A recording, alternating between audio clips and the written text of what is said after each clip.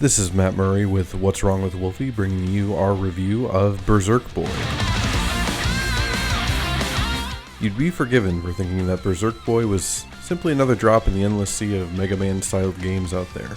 Even ignoring its similar naming convention, the trailer presents you with fast-paced, side-scrolling action, new abilities gained by defeating bosses, an electric guitar-filled soundtrack absolutely dripping with the right kind of cheese. And while the game does clearly owe some of its DNA to various 16-bit classics, the end product is something more modern and approachable than I was expecting. Yes, the game is firmly built upon a Mega Man foundation, but probably not the exact Mega Man blueprints you're expecting. Berserk Boy is taking far more from the structure and mechanics of the Mega Man Zero and Mega Man ZX style of games than the original or X entries. It has a mission-based structure, for one, and not every stage ends with a boss fight. And instead of gaining new weapons from bosses, you get entirely new ability sets called Berserk Forms. And instead of gaining new weapons from bosses, you get entirely new ability sets called Berserk Forms to transform into at the press of a button or flick of the right stick. These Berserk Forms are not only completely unique from one another, each with its own set of verbs for both platforming and combat, but every form also has its own suite of upgrades you can purchase from the shop at your base of operations, accessible in between missions. Swapping between these forms on the fly to suit the needs of whatever situation I was currently in was easily the highlight of the experience.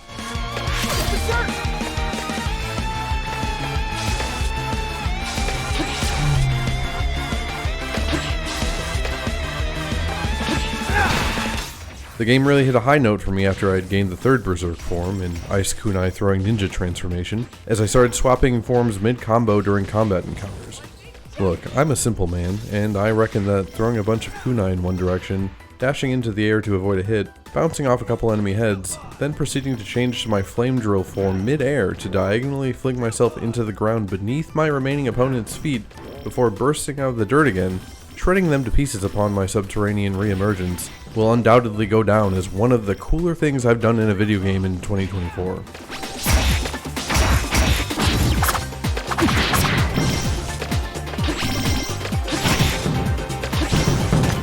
Your capabilities while platforming are similarly varied and provide a lot of opportunities to take advantage of your diverse movesets.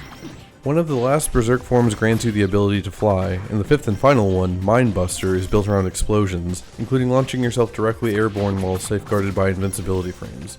Unfortunately, I found these last two forms to be more of a drag than the previous three. The flying sections are too slow and uninteresting compared to the frenetic pace of everything else in the game, and a fully upgraded Mind Buster form completely trivializes the majority of combat encounters, to the point where I went on my way to not use it during the final boss rush.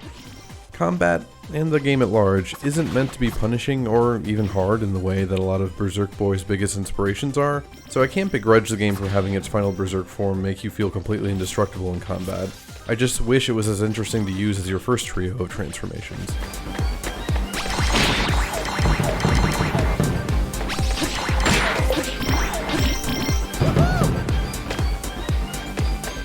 Rounding out that list of Berserk forms is the one you start with, an electric form built around zipping through the air and tagging objects before hitting them with a burst of lightning.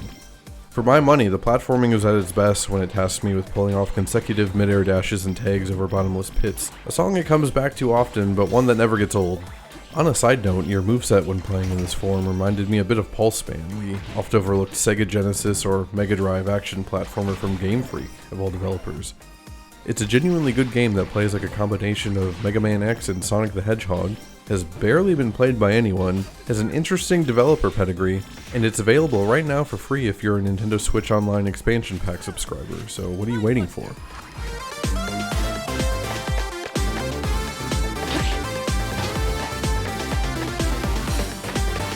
Outside of the combat and platforming, some aspects of the game feel a bit undercooked. There's not much in the way of enemy variety, for one, which is a shame when the combat feels as great as it does here.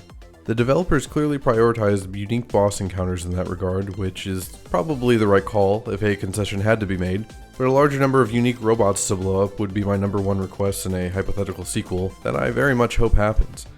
The base of operations that acts as a hub world also ends up feeling like an afterthought, though you can tell that at some point in development there were more lofty ambitions here. There's one sequence near the end of the game where you actually have to make your way to a ruined and abandoned section of city by platforming your way out of the base instead of teleporting out like you do for other missions. Despite how small and short of a sequence it is, it really did a lot for the world building and just generally making the game's world feel larger than it had for me up to that point. I found myself really wishing for more instances of that because the base is otherwise just overly large and empty that you come back to between missions to purchase upgrades and occasionally gets invaded by a handful of enemies. There's also a roadblock to the final level of the game that requires you to find 50 doodads, 5 of which are hidden in each level, that I can see being a big groan inducer for some players.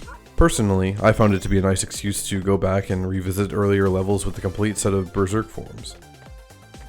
When it comes to presentation, there's not too much to complain about here besides the character designs being a little on the generic side. The sprites are big, colorful, and chunky, and everything is very lovingly animated, particularly the multitude of attack animations, and the colors are gorgeous on the Switch OLED.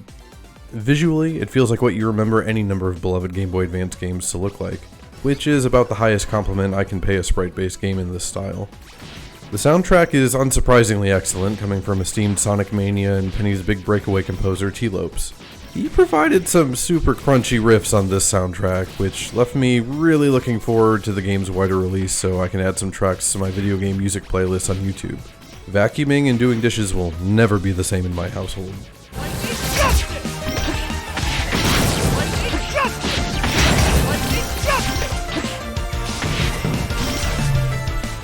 Lastly, on the story side of things, what can I say other than that it's exactly what you're thinking it is. Berserk orbs this, power of friendship that, Genos hit me with a wiffle ball bat. Berserk Boy is presenting you with the most boilerplate Saturday morning cartoon vibe in its storytelling that it possibly can, right down to your final inputs in the game being a Dragon Ball Z styled beam clash in outer space, and I'm totally fine with that. The main villain is a silver-haired walking anime stereotype that actually utters the words, "I'll never be a memory." So that's cool if the words Advent Children mean anything to you, and you had Slipknot stickers on your binder for geometry class in middle school. Berserk Boy surprised me with how much it was able to find its own identity, when I came in just expecting a solid little Mega Man-like. Its combat and ability sets are top class in the genre, and the game as a whole is really only being held back by some slack on the edges, namely with its hub world and enemy variety. The game is good, real good, with moments of greatness, and if the developers are given the opportunity to iterate on the core that's here, a sequel, Berserk Boy 2, Berserker Boy, Berserk Boy 2-Man, has the chance to be downright excellent. And we're giving it a 3.5 out of 5.